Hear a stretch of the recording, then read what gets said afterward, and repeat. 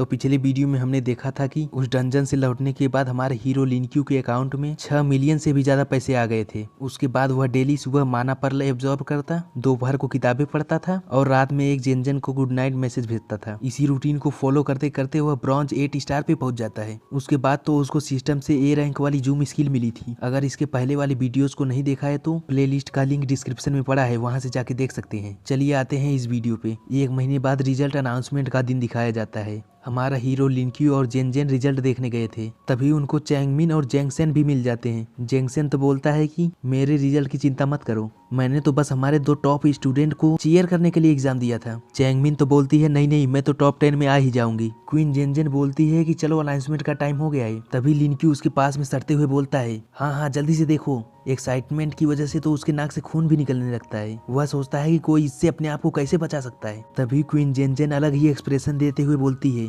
लिनक्यू तुम। वह तो एकदम हैरान होते हुए सोच रहा था कि क्या हो गया। उसकी आंखों को देख के लग रहा था कि वह अभी उसको पीट देगी, लेकिन तभी वह बोलती है कि तुमने इतना अच्छा स्कोर कैसे किया। उधर लिनक्यू भी अपने रिजल्ट को देखता है, उसको हर सब्जेक्ट में फुल मार्क मिला था।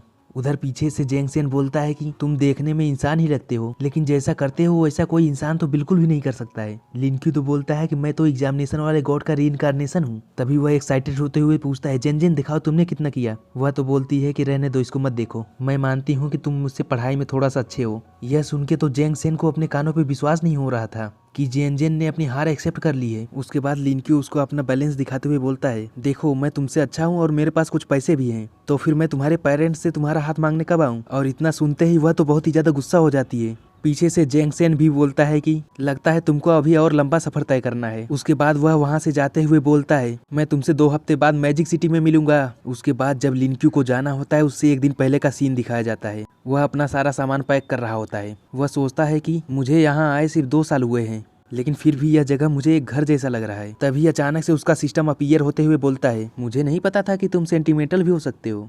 तभी लिनक्यू उसको बोलता है कि तुम क्यों आसपास के एटमॉस्फेयर को बेकार करते रहते हो, लाओ मेरा स्किल कहाँ है। उसके बाद उसको आज के स्किल के रूप में फिर से माना एनहेंसमेंट मिलता है। वह बोलता है कि अरे हाँ, इससे तो मेरे माना का लेवल बढ़ जाता है। तभी सिस्टम बोलता है कि ऑटोमेटिकली इन्हेंसमेंट होने वाला है। लिनक्यू तो जोर से चिल्लाता है कि रुको, अपने आप से डिसीजन मत लो। उसका सिस्टम बताता है कि अगर तुम इसको यूज नहीं करोगे तो फिर दिन खत्म होते ही यह भी खत्म हो जाएगा। लिनक्यू बोलता है कि मैं कई दिनों से ब्रॉन्ज 8 स्टार पे अटका हुआ हूँ, मेरा ब्रेक थ्रू लगभग होने ही वाला होगा। अगर अभी इसको यूज कर लूंगा तब वो वेस्ट हो जाएगा। उसके बाद वह कई सारे माना पर्ल को एब्जॉर्ब करने के लिए बैठ जाता है। वह उन माना पर्ल को एब्जॉर्ब करने के साथ ध्यान लगाता है तो फिर फाइनली उसका ब्रॉन्ज 9 स्टार पे ब्रेक थ्रू हो जाता है। वह तो खुश होते हुए बोलता है कि मैंने कर दिखाया। उसके बाद वह सिस्टम से बोलता है कि अब करो इनहेंसमेंट। उसके बाद जो सिस्टम से माना इनहेंसमेंट मिला था उसकी वजह से उसका सिल्वर 1 स्टार पे ब्रेक थ्रू हो जाता है। तभी उसका सिस्टम बताता है कि सिल्वर रैंक पहुंचने पर उसका एक नया स्पेटियल स्किल अनलॉक हुआ है, स्पेटियल ग्रैस्प। इसकी मदद से वह दूर पड़ी चीजों को भी अपनी तरफ खींच सकता है। वह तो एकदम एक्साइटेड होते हुए बोलता है अभी इसको ट्राई करता हूँ। उसके बाद वहीं बगल में कुछ दूरी पर पड़े हुए बैग पे वह अपना स्किल ट्राई करता है। वह बोलता है कि मेरे पास आ जाओ। उस बैग के चारों तरफ लाइट तो जलने लगती है, लेकिन वह बैग 1 इंच भी नहीं हिलता है और लिनक्यू का सारा माना एग्जॉस्ट हो जाता है। तभी उसका सिस्टम उस पर हंसते हुए बोलता है तुम्हारे जैसे नूब को इतना वेट उठाने के लिए आसान तो बिल्कुल भी नहीं होगा। उसके बाद वह फिर से कई बार ट्राई करता है आ जाओ आ जाओ आ जाओ। फिर हमें अगले दिन का सीन दिखाया जाता है। वह रूम मालिक की बेटी वहाँ पे आई होती है। वह सोचती है कि शायद लिनक्यू अपना दरवाजा बंद करना भूल गया होगा, लेकिन जब वह अंदर जाके देखती है तो फिर वहाँ पे एक पैकेट के साथ में लेटर रखा हुआ था। उसमें लिनक्यू ने लिखा था कि मैं मैजिक सिटी के लिए आज सुबह सुबह ही निकल रहा हूँ। यह जगह मुझे अपने घर जैसा लगता था। जब भी मुझे खाली टाइम मिलेगा तो फिर मैं मिलने के लिए जरूर आऊँगा। उसके बाद जब वह बगल में रखा पैकेट देखती है तो उसमें बहुत सारे पैसे थे, जिसको देख के वह तो एकदम चौंक जाती है। वह तो सोचती है कि कहीं वह कोई क्राइम करके भाग तो नहीं गया है।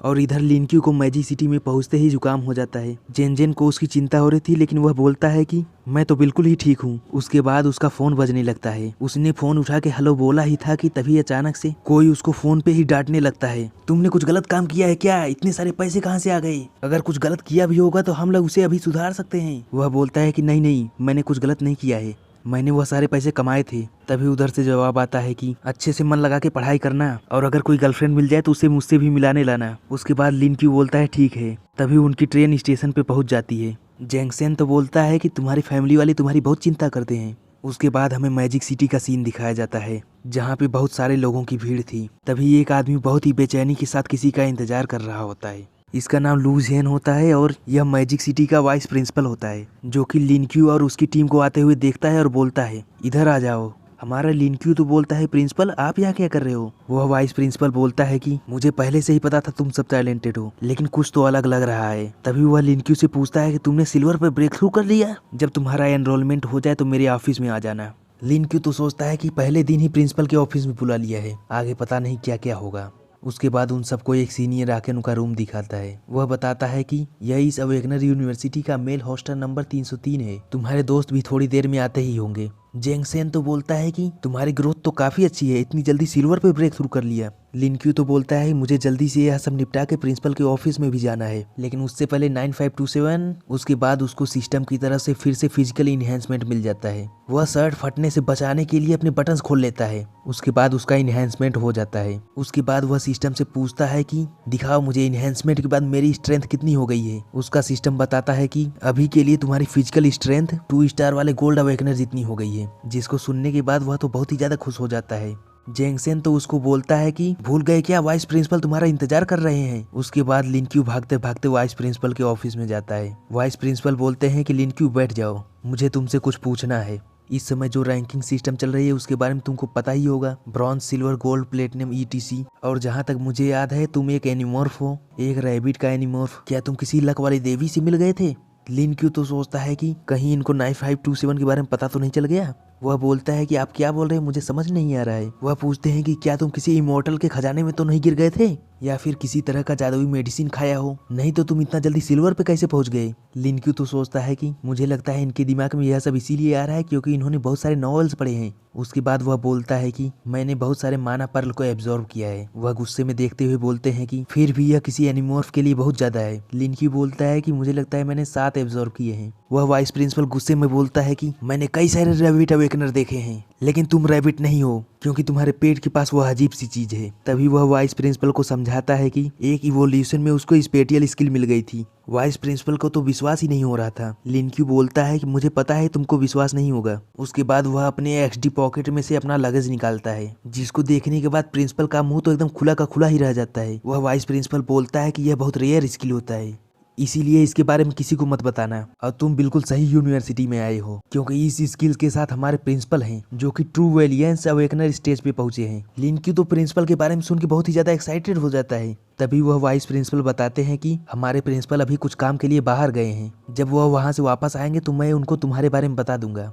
वैसे तुमने इसके बारे में कितने लोगों को बताया है। लिनक्यू तो बोलता है कि जेन, जेंगसेन और भी टीम वाले जो मेरे साथ डंजन में गए थे उन सबको पता है। तभी वाइस प्रिंसिपल उससे बोलते हैं कि उन सब से यह बात सीक्रेट रखने के लिए बोल देना, और चलो अपनी पूरी ताकत के साथ मुझ पर एक पंच मारो, मैं तुम्हारी ताकत चेक करना चाहता हूँ। लिनक्यू अटैक करने के लिए तैयार होते हुए बोलता है थोड़ा संभल के रहना। उसके बाद वह अटैक कर देता है। वाइस प्रिंसिपल को तो कुछ नहीं होता है, लेकिन उनके नीचे की टाइल्स फूट जाती है, जिसके बाद वाइस प्रिंसिपल को पता चलता है कि माना के हिसाब से तो यह सिल्वर रैंक का दिख रहा है, लेकिन इसके अंदर स्ट्रेंथ तो गोल्ड रैंक की है। तभी वह लिनक्यू से बोलते हैं कि बच्चे तुम्हारी फिजिक तो गोल्ड रैंक पे पहुंच गई है। लिनक्यू तो एक्साइटेड होते हुए पूछता है क्या हम फाइट कंटिन्यू करें। तभी वाइस प्रिंसिपल बोलते हैं कि इन टाइल्स के पैसे तुम्हारी स्कॉलरशिप से काट लिया जाएगा। लिनक्यू तो बोलता है कि नहीं नहीं, मेरी फैमिली नहीं है, इसीलिए मैं इसी पे डिपेंड रहता हूँ। उसके बाद वाइस प्रिंसिपल अगले महीने कंपटीशन होने वाला है जिसका तुमसे कोई लेना देना नहीं था, लेकिन तुम्हारी फिजिक गोल्ड रैंक की है, इसीलिए मैंने तुमको एक चांस देने का डिसाइड किया है। लिनक्यू तो बोलता है कि मैं भाग नहीं लूंगा क्योंकि तुमने मेरा पैसा काटा है।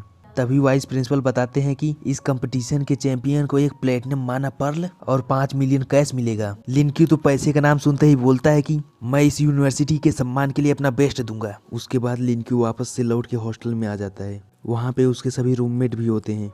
उसके एक रूममेट का तो हरे कलर का बाल था, जिसको देखते ही हमारा हीरोइन हंस देता है। तभी उसका रूममेट गुस्से में बोलता है कि मैं ऐसे ही बालों के साथ पैदा हुआ हूँ, हरे कलर का डाई नहीं करवाया है। लिनक्यू उसको देखते हुए बोलता है कि तुम्हें कैसे पता चला कि मैं क्या सोच रहा हूँ, क्या तुम एक मेंटल अवेकनर हो। उसके बाद वह अपना इंट्रोडक्शन देते हुए बोलता है कि मेरा नाम जैंग होंगयांग है और मैं ब्रॉन्ज 9 स्टार का फ्लोरा अवेकनर हूँ, और तुम क्या सोच रहे थे वह तुम्हारे चेहरे पे साफ साफ झलक रहा था। तभी लिनक्यू बोलता है कि वो सब तो ठीक है, लेकिन तुम यहाँ अपने पापा को क्यों लेके आए हो। तभी वह आदमी उसको एकदम गुस्से में देखने लगता है। तभी झैंग सेन बताता है कि वह भी हमारा एक रूममेट है, जिसको सुनने के बाद लिनक्यू तो एकदम ही शॉक हो जाता है। उसके बाद वह अपना आईडी दिखाता है। वह तो लिनक्यू से 6 महीने छोटा ही था। उसके बाद झैंग होंगयांग बोलता है कि चलो सबकी आईडी मैच करके देखते हैं कौन सबसे ज्यादा बड़ा है। उसके बाद जब वो लोग सबकी आईडी चेक करते हैं तो फिर उसमें लिनक्यू ही सबसे बड़ा निकलता है। वह तो बोलता है कि अब डिसाइड हो गया है, मैं ही तुम सबका बॉस हूँ। तभी कोई उनको बुलाने आ जाता है कि चांसलर ने सबको क्लास में इकट्ठा होने के लिए कहा है। उसके बाद वह चारों लोग क्लास में जाते हैं, जिनको देखते ही पूरी की पूरी क्लास शांत हो जाती है। लिनक्यू के रूममेट को देख के एक लड़का बोलता है, हेलो सर।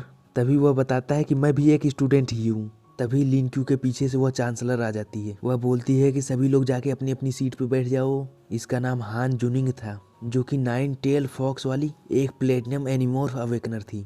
वह बोलती है कि अगर तुमको कोई भी हेल्प चाहिए तो मेरे पास आ जाना। मैंने तुम सबको यहाँ सिर्फ 2 रीजन से बुलाया है, एक तो मैं तुम सबको अच्छे से जान सकूं, और दूसरा कि तुम में से कोई एक क्लास रिप्रेजेंटेटिव चूज करना है। तो चलो अपना इंट्रोडक्शन देना शुरू करो। और इसी के साथ यह वीडियो यहीं पे खत्म होता है। आगे आने वाली वीडियोस में हम इस टीचर के बारे में जानेंगे, उसका हमारे हीरो लिनक्यू और क्वीन जेनजेन के साथ कैसा बिहेवियर रहेगा। आगे लिनक्यू और कौन कौन सी मुसीबतों में पड़ने वाला है। मजा तो बहुत ही ज्यादा आने वाला है। अगर आने वाली वीडियोस के लिए एक्साइटेड हो तो फिर चैनल को सब्सक्राइब करके बेल नोटिफिकेशन को ऑल पे सेट कर देना, जिससे आने वाली वीडियोस आप तक तुरंत पहुंचेंगे। और हाँ, अगर इस वीडियो में मजा आया है तो वीडियो को लाइक जरूर करना। हम आपसे मिलेंगे एक और नए वीडियो में, तब तक के लिए बाय बाय।